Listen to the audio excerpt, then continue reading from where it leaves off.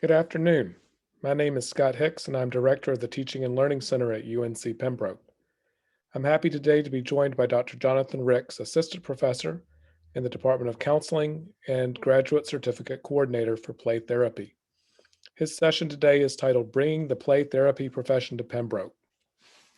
In the description of this session, he's written, counselors in training are working to develop a personal counseling approach that not only responds to proven theory, but also a style that resonates with their own personal beliefs about people, growth, and change. Thanks to grant funding from the Teaching and Learning Center, Dr. Ricks today is able to bring play therapy experts from all around the country to Pembroke virtually, where his students have engaged in 10 master classes throughout the spring semester. During today's session, Dr. Ricks will discuss the grant proposal, the structure of his course's learning time, and the impact this experience has had on counselors in training at UNCP. For viewing later, it's being recorded. If you have any questions or comments during the session, please enter them into the chat. I'll be monitoring the chat and facilitate conversation afterward, at which time you can also unmute yourself and join in conversation with Dr. Ricks and other audience members. Dr. Ricks, thank you for being here today. Thank you so much, Dr. Hicks. I just want to make sure you can hear me okay. Awesome. And I'm going to go ahead and share my screen here. Thank you so much for this time to be able to talk about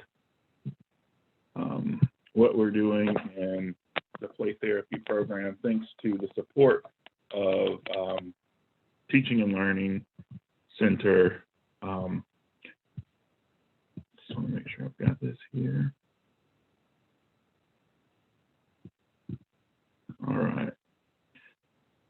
So yeah, we are excited in the Department of Counseling to now have a play therapy graduate certificate program for our community. And I'll talk a little bit about the history and how that came to be, and then sort of the project that we are doing now that we'll talk more about today. So we'll just jump in. We as a department, we took a look a few years ago at some of the needs in the community that UNCP serves and in our region. And of course, we're always trying to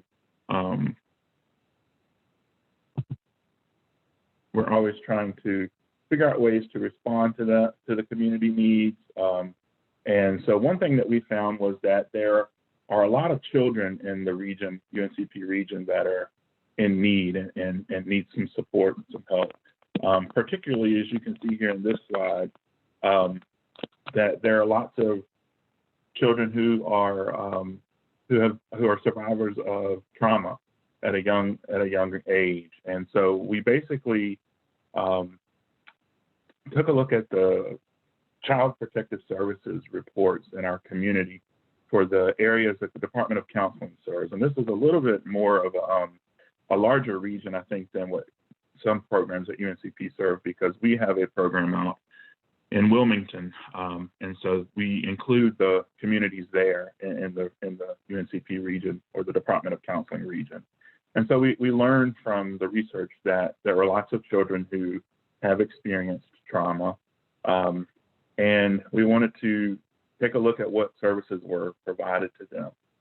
So in terms of play therapists in the UNCP service region, we found that there weren't many play therapists, and play therapy is a proven research-based treatment for children who have experienced trauma.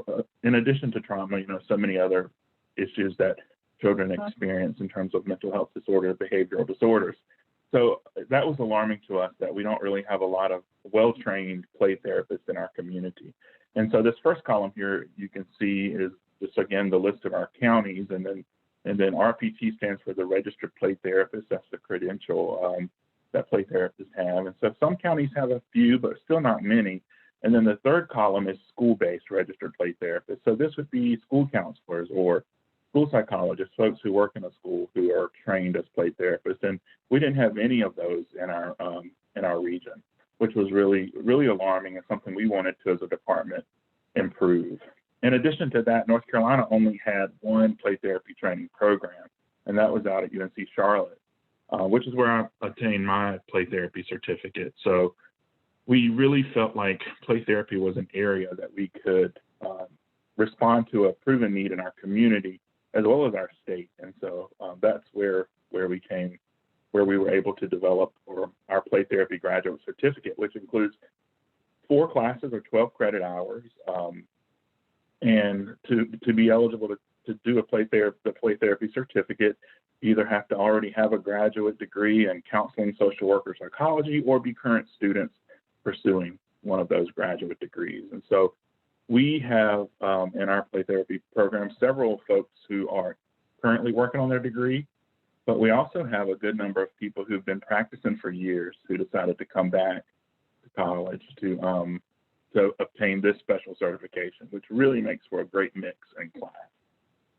So as Scott read in our introduction, with the support of Teaching and Learning Center and Task Force for Teaching Excellence, we were able to get some support to provide the opportunity for our students to meet the experts who created play therapy theories, especially the contemporary theories of practice, as well as we were able to get some play material for students to practice with and role play in class, which is really critical for them to do prior to working with children. During our presentation today, I want to share with you a little bit about how I have worked this into my syllabus and my course process, as well as show you some examples of some excerpts of some of the chats that we've had with experts.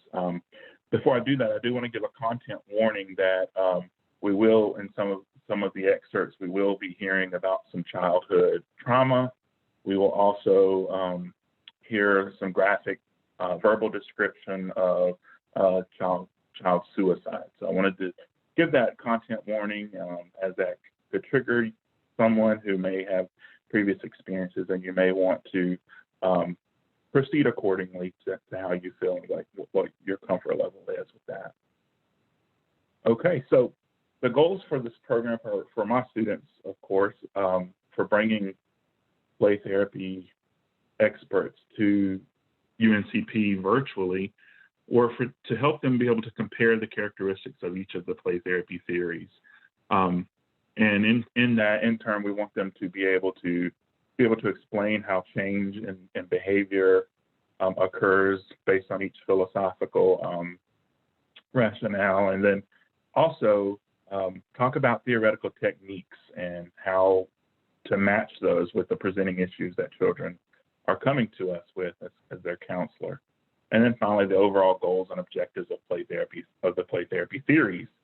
In addition to that, we wanted the students in our course and our program to be able to conceptualize a child's situation, a holistic sort of ecosystemic way of looking at what's going on with the child, and to include any mental health issues and psychosocial problems that they may have, and then be able to match a theoretically and developmentally appropriate response or intervention in the playroom.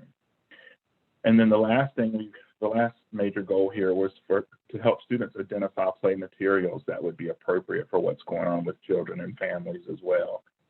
It's not just any toys that we would bring to the setting. You know, it would be, therapeutic toys would be very important. So we were able to get some of that to model with students to help students learn that.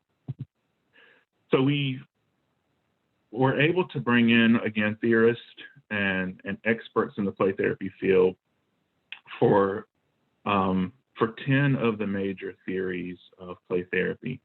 And you can see here these are the theories as well as the experts that have joined our class on Zoom.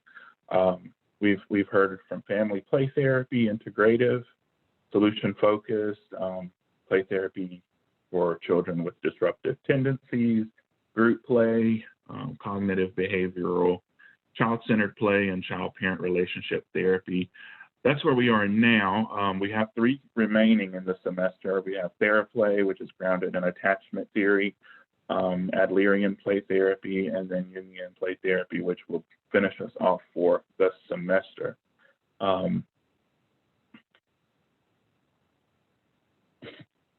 So this is just sort of the way the class works, or the agenda or process for the class. And for the class, I really wanted to take the role of a facilitator throughout this semester. And I feel like I've been able to do that with the transition that we've made here. So our class is an online synchronous course, and it's offered through Zoom, and it's from 5:30 until 8:30 on Thursday evenings. And so for the first part, well, prior to our class even meeting, students are assigned to read the chapter that our expert of the night has written. And so they read that, and they are required to do a theory summary and post that assignment in Canvas prior to coming to class. And then in addition to that, a small group of students, usually 3 to 4, are assigned as chat leaders for that theory.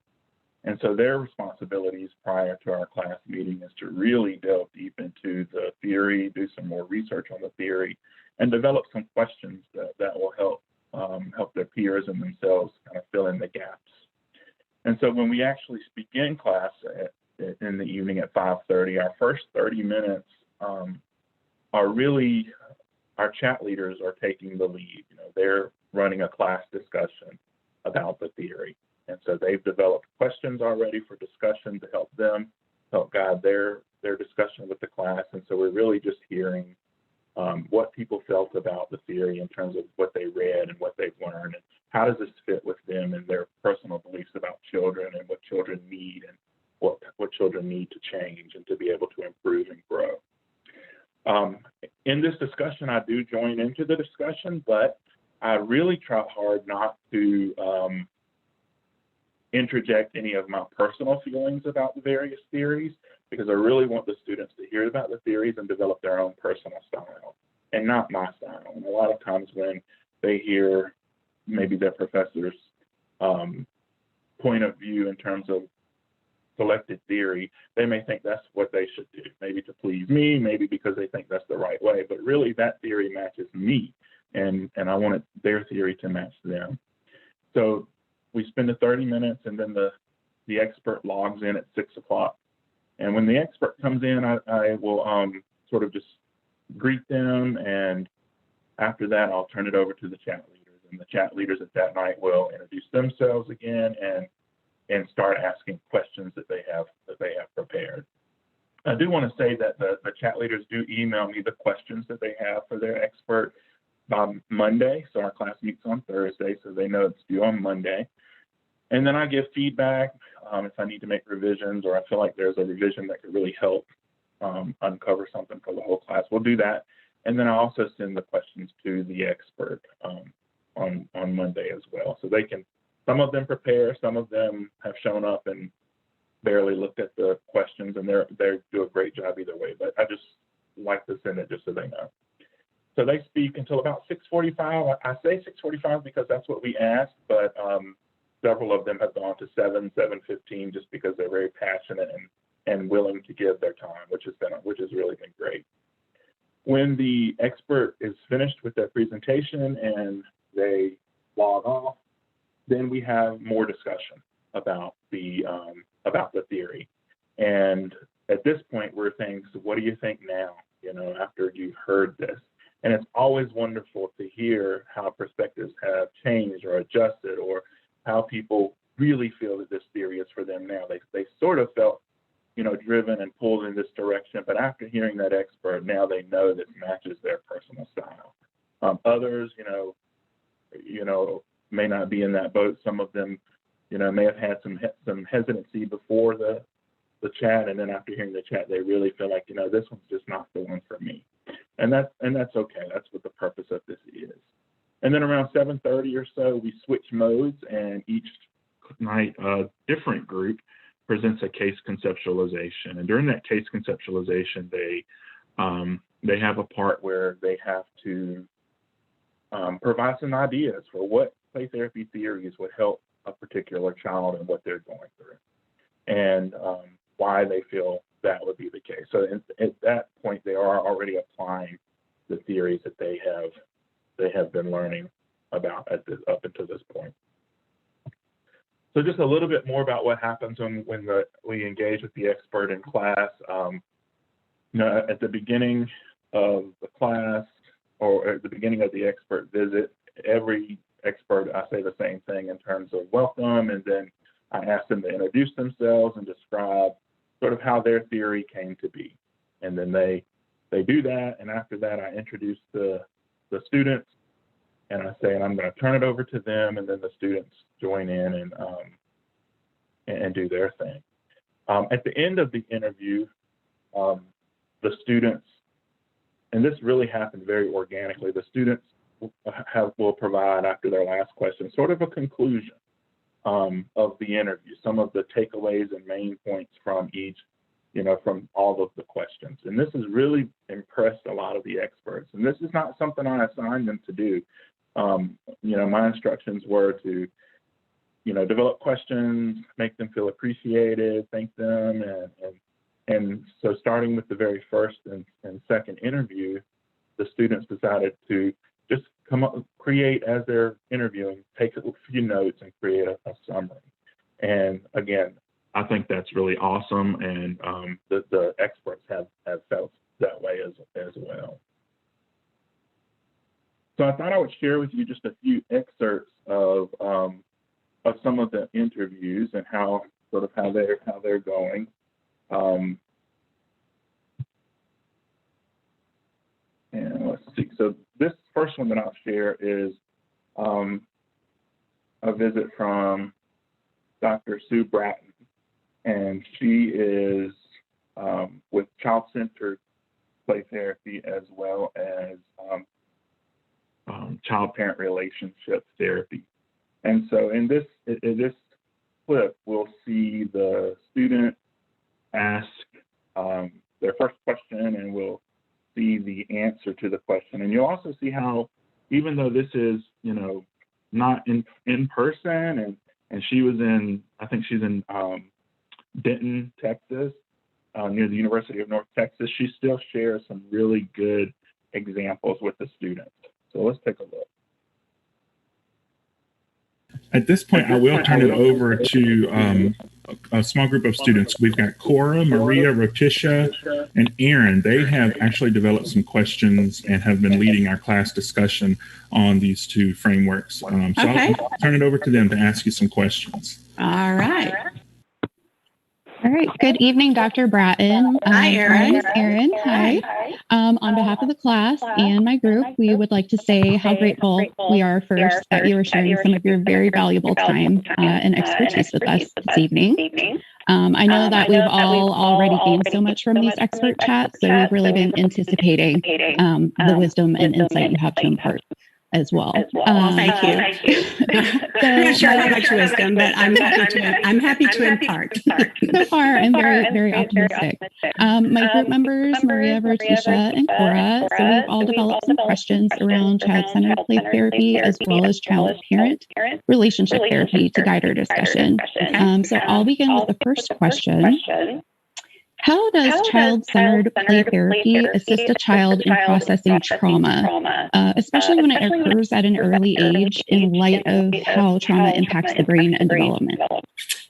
That is a question that I could speak 2 days on. So, my personal belief, and I actually, because I just presented on this last weekend, I actually have, if Jonathan, you could share screen with me, I actually have a couple of slides I could show you.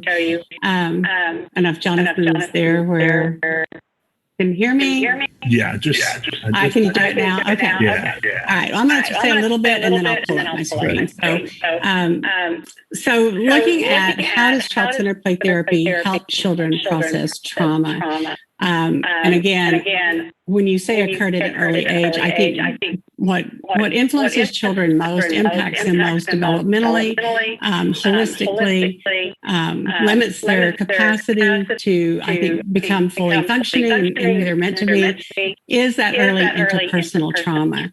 And what's so important about understanding that is understanding a bit about interpersonal neurobiology and neuroscience, that when children are below the age of 3, when that's when the hippocampus develops. So prior to 3, they're really not able to have what we would call explicit memory. So something they can recall, like things you remember when you were little, like when I fell off my bike and I got hurt.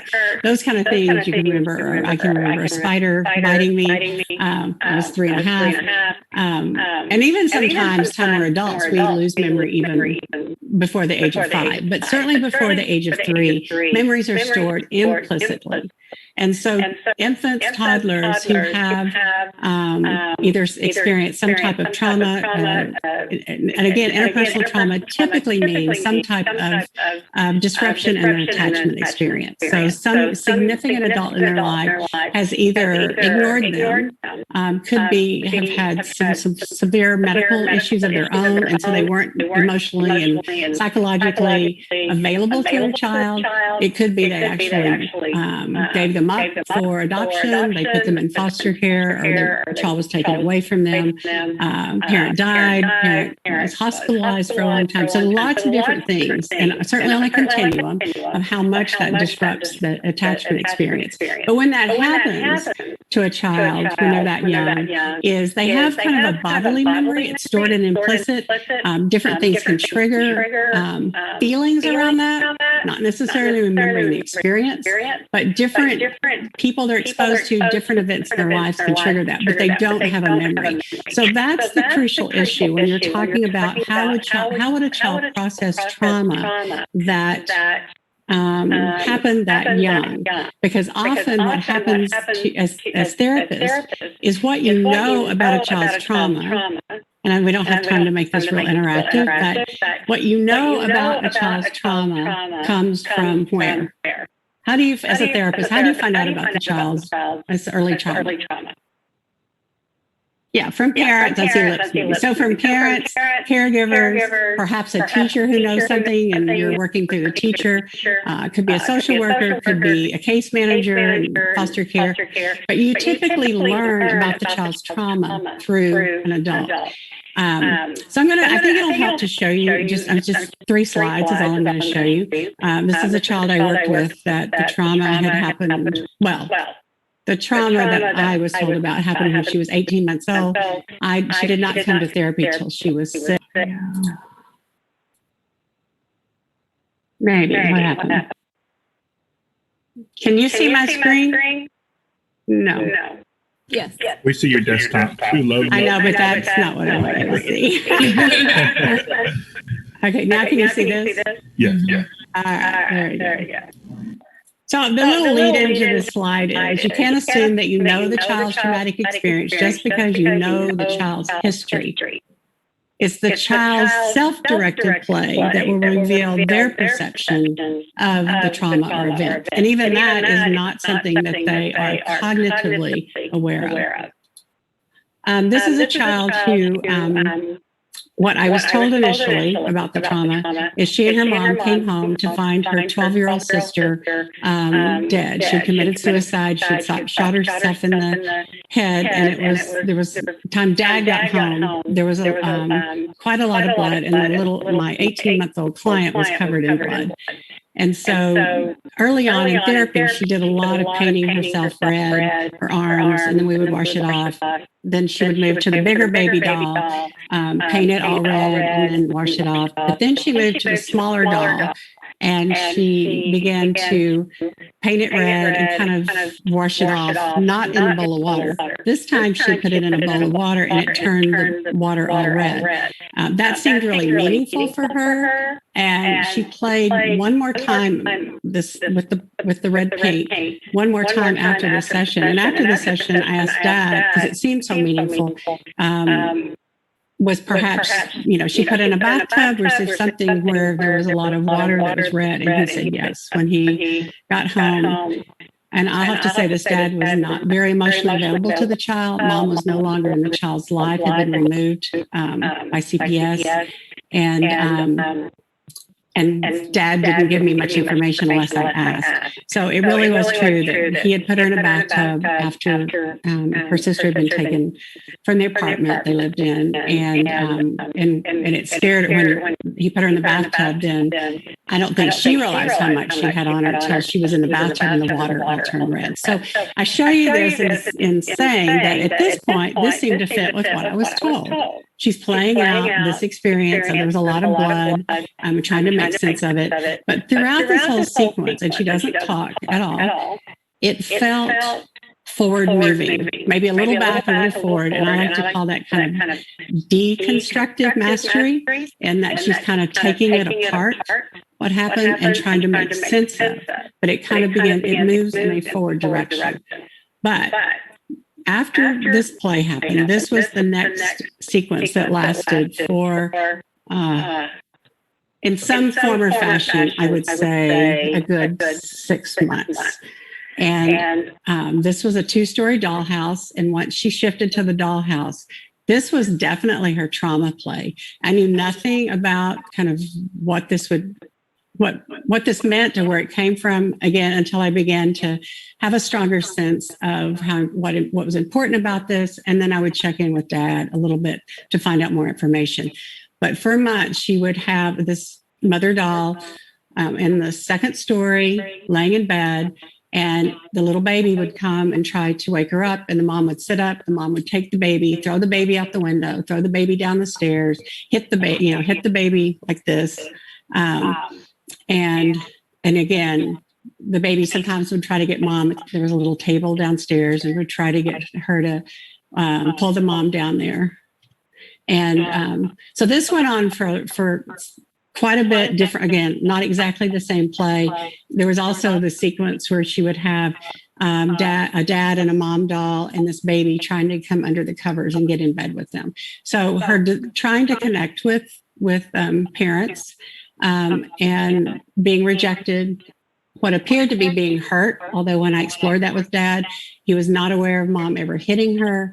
If that's the first time he ever told me, the part about mom being in bed is that when he would come home every day after work, and he was working longer shifts because of financial reasons, that mom would be non-responsive even when he got home. And so for over 2 years, this child was home all day long, as best that we can imagine, with a completely non-responsive mom who felt scary to her. Whatever that looked like, we have no idea.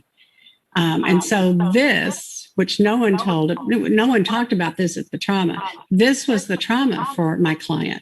The trauma, the interpersonal trauma, was the part of being home with a mom who was not only not loving, was not at all responsive in taking care of her. I think I'll make sure I get through some of your questions. I may come back to this case to talk a little bit about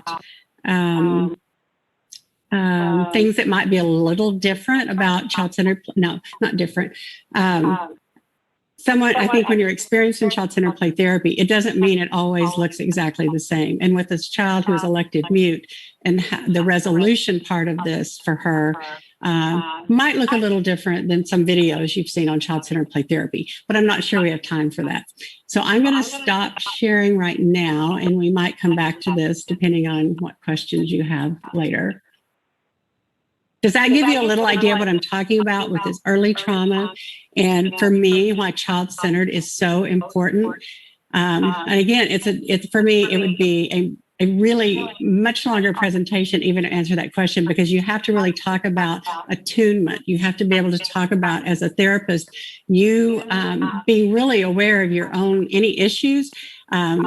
Some things you may not even be aware of, because we all have our own implicit memories, things we're not aware that might come up at times and impact how we interact with others. And children who have experienced pretty significant interpersonal trauma are much more likely to trigger that in you. And so you've got to really make sure when and this is the population I work with, is children with a lot of interpersonal trauma, that I have to always really be aware of my own response. And afterwards, not during session, but afterwards, kind of processing, getting with someone else. When I was director of the clinic, I also was director of our clinic besides being director of the center. I often would grab a group of doctoral students to come process with me after a session I just had because I didn't have anybody else there. And so it's really important to kind of process and get in touch with what's coming up with you so that when you respond to a child like this who's trying to process trauma, that you are really responding in the context of their trauma, not anything you're bringing into the session. So again, there is so much around when you talk about the facilitating the child processing their trauma. So much of it is who you are as a person. It's how you're able to be as present and as fully available emotionally to this child. So that you can attune. And we all have that. Our mirror neurons allow us to do that. But you've got to really be able to attune to this child's needs in the moment so that how you respond to this child allows this child to process that early trauma. And you've got to be able to hold that because it can be really yucky. And a child needs to be able to get all of that out. So you have to be the person that can really hold that for them and provide the safe container. And to me, that's where the processing happens, not through me designing any specific directive activity. Again, I think because if you do that, you tend to plan activities around something you know, not allowing the child to show you what it is that's really troubling them and that they need to process. So that's actually my really short answer. All right.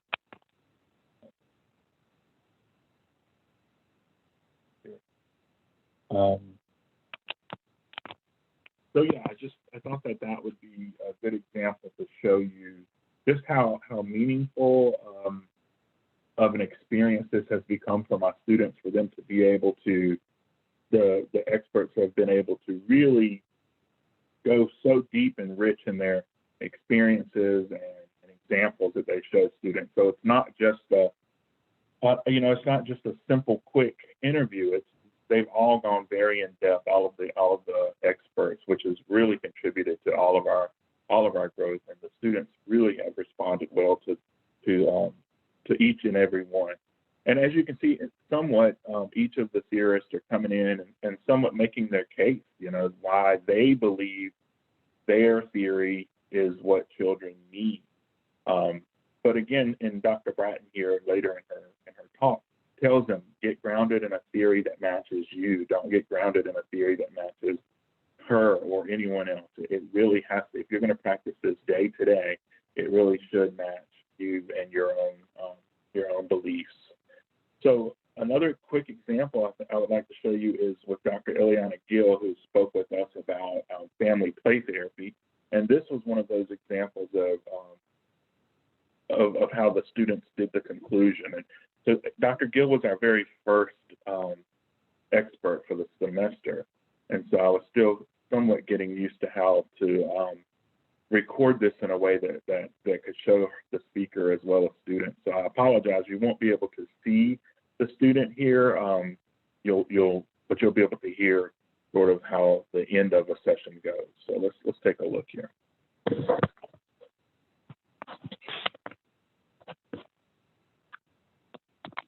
So this is a family where the presenting problem is that the boy is aggressive to his sister. Okay. And so this is called a family aquarium. So I'm not making any progress with the parents or anybody being forthcoming in terms of verbal stuff. And so I invited them to all come in and I asked them all to sit and just draw a picture of a fish, any fish at all. And so they all drew a fish, and then I said, okay, I want you to cut it out and now decorate the fish. So they decorated it.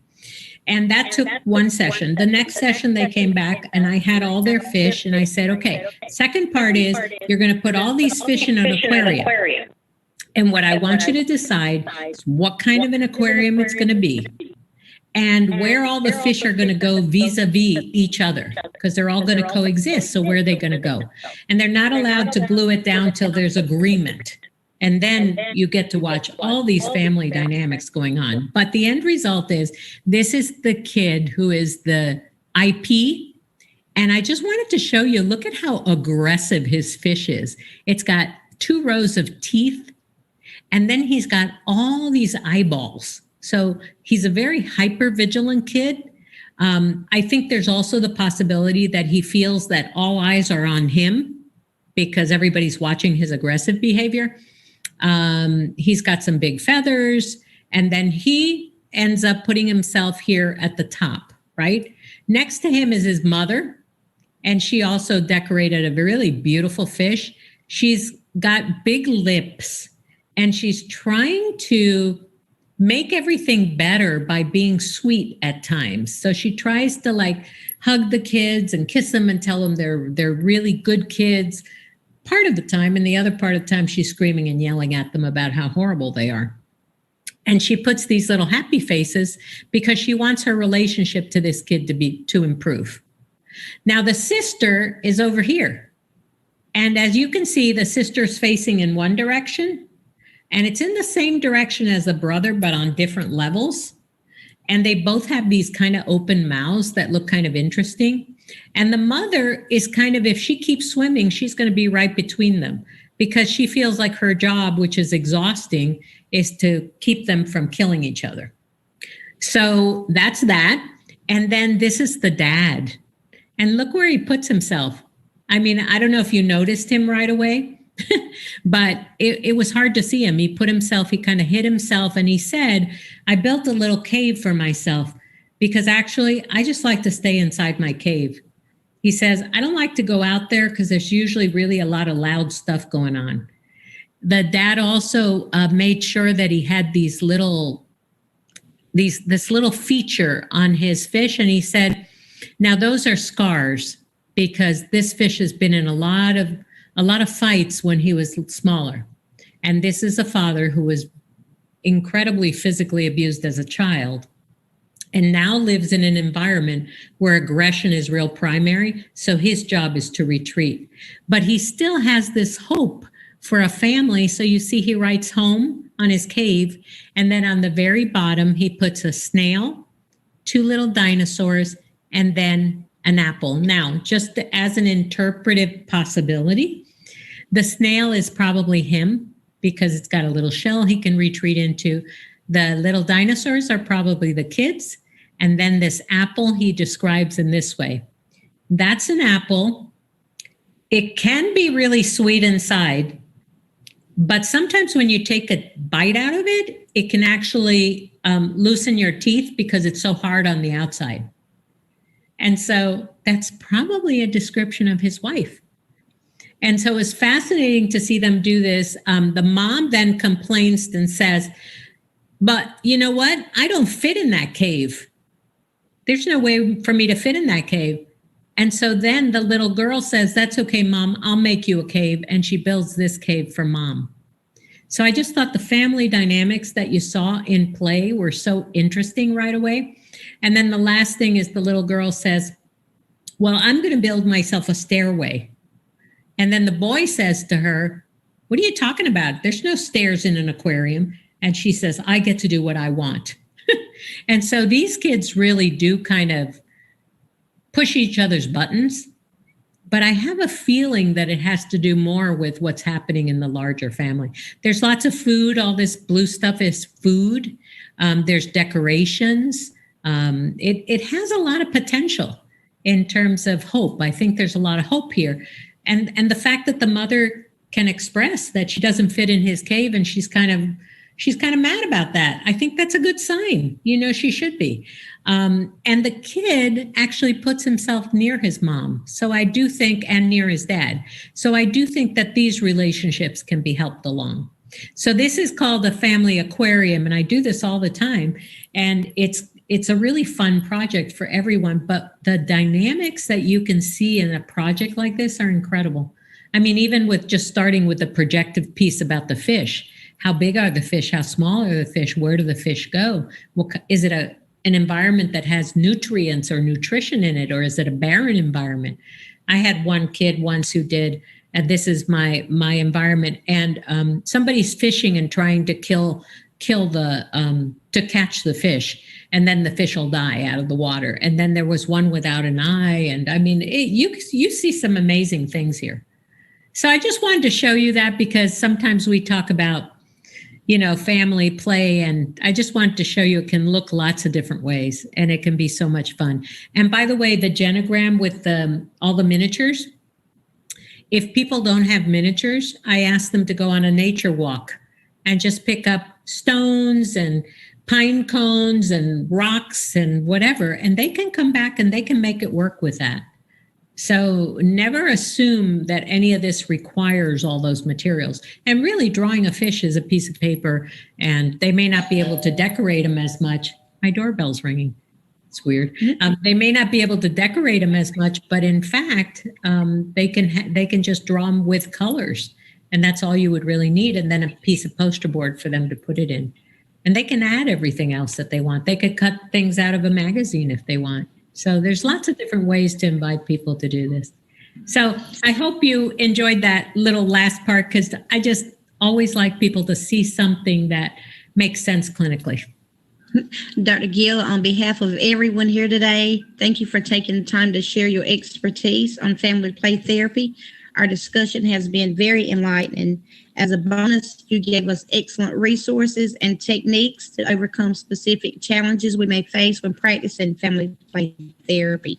The projects you shared allowed us to make connections and visualize the benefits of family play therapy as a form of communication.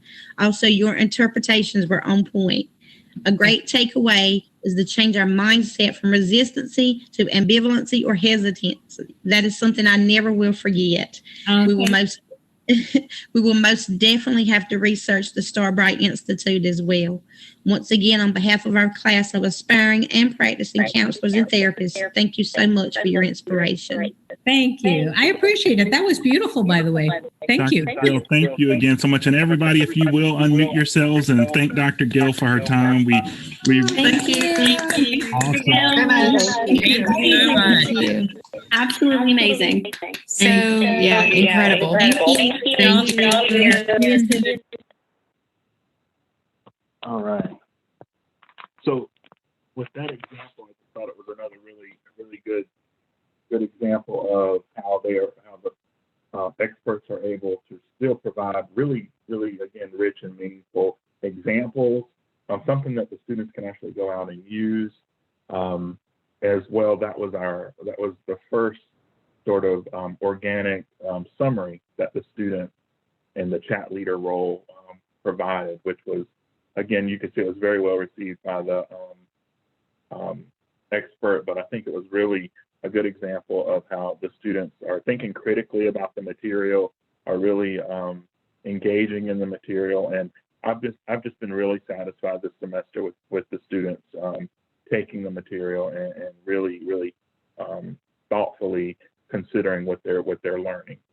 So in addition to our speakers each night, the case conceptualization that I mentioned that comes sort of in the second half of the class, we are reading The Boy Who Was Raised as a Dog, which is a book of several specific cases that Dr. Bruce Perry, who is a psychiatrist, has worked with throughout his career.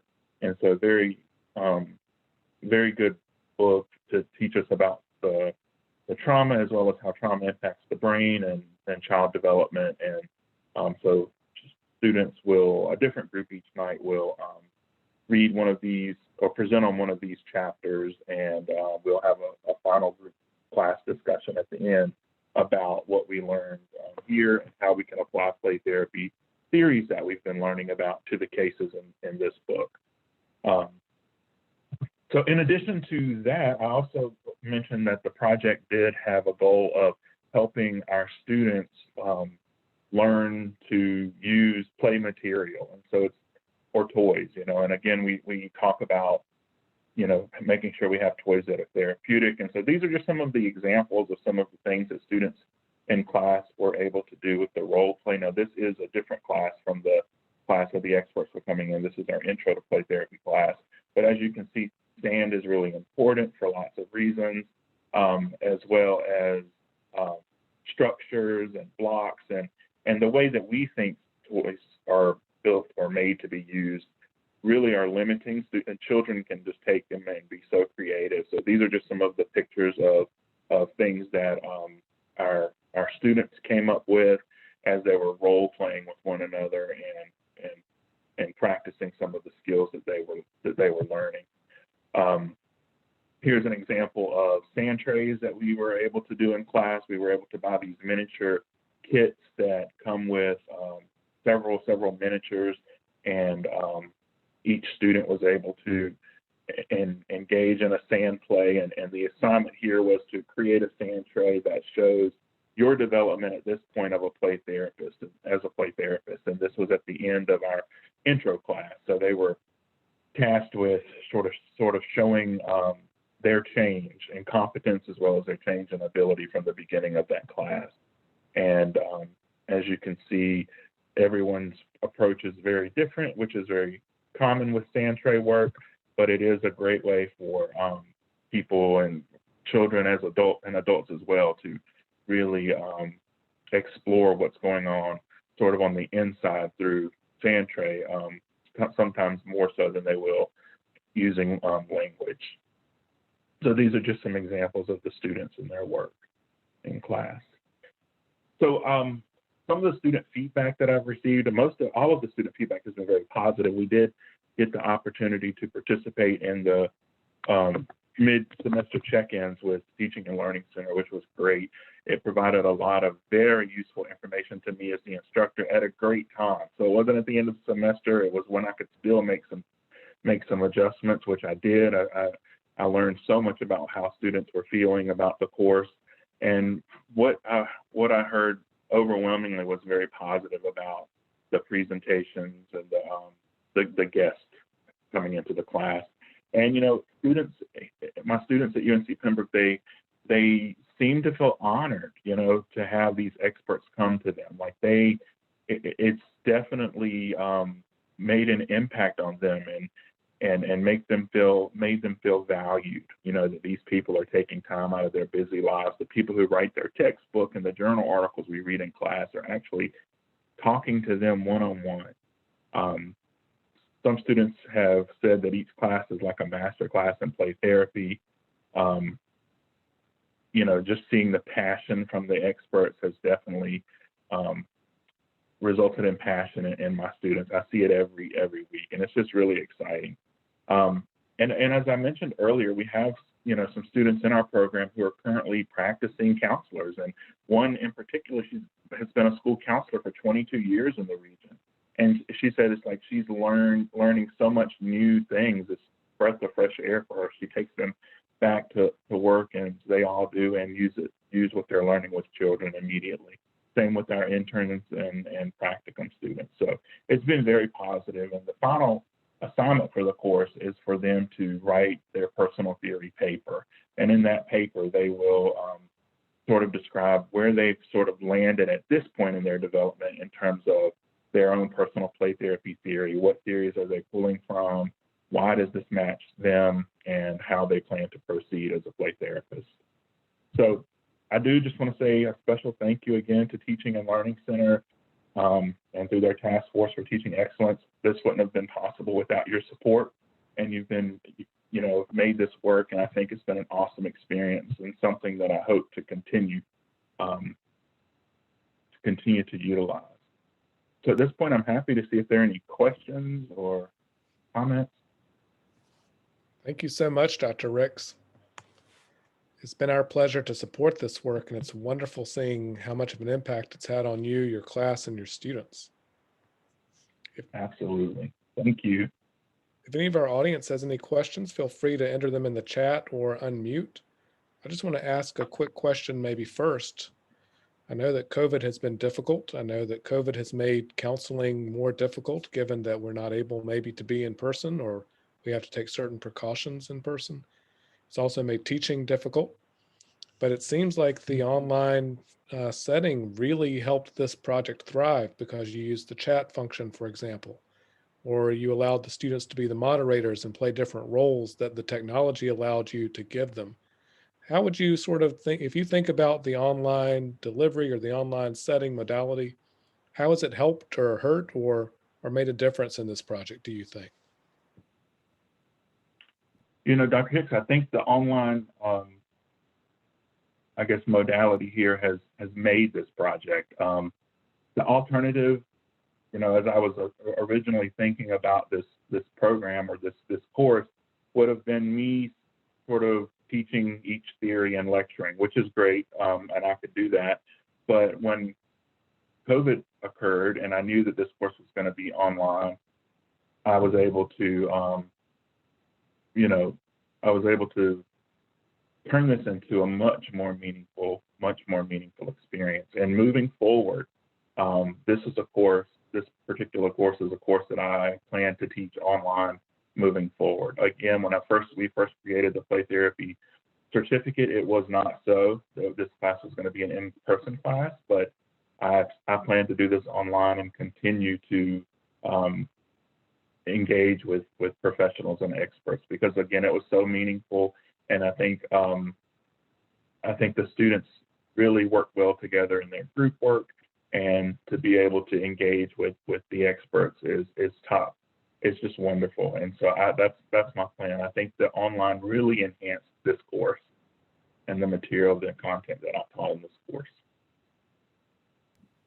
As a faculty member, it seems to me that you're probably really inspired and grateful for all that your students did. It's just incredible to me to see the way they've stepped up and they've contributed so much. As you think about this semester, what would you say about the role that your students have played?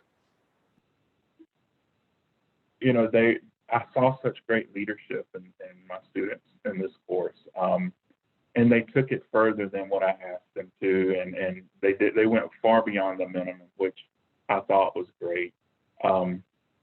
They really wanted to make these experts feel comfortable and appreciated coming to UNC Pembroke.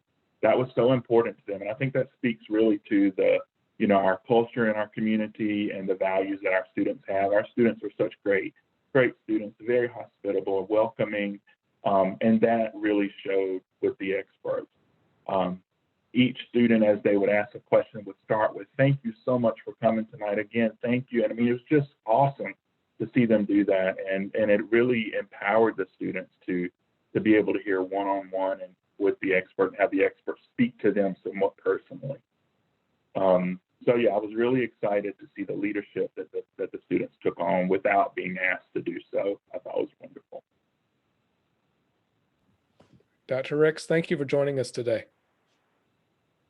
Thank you so much for having me. And again, thank you for your support. And if anyone has any questions after watching this, feel free to reach out. I'd love to talk more about it. Have a great day. All right, you too. Thank you.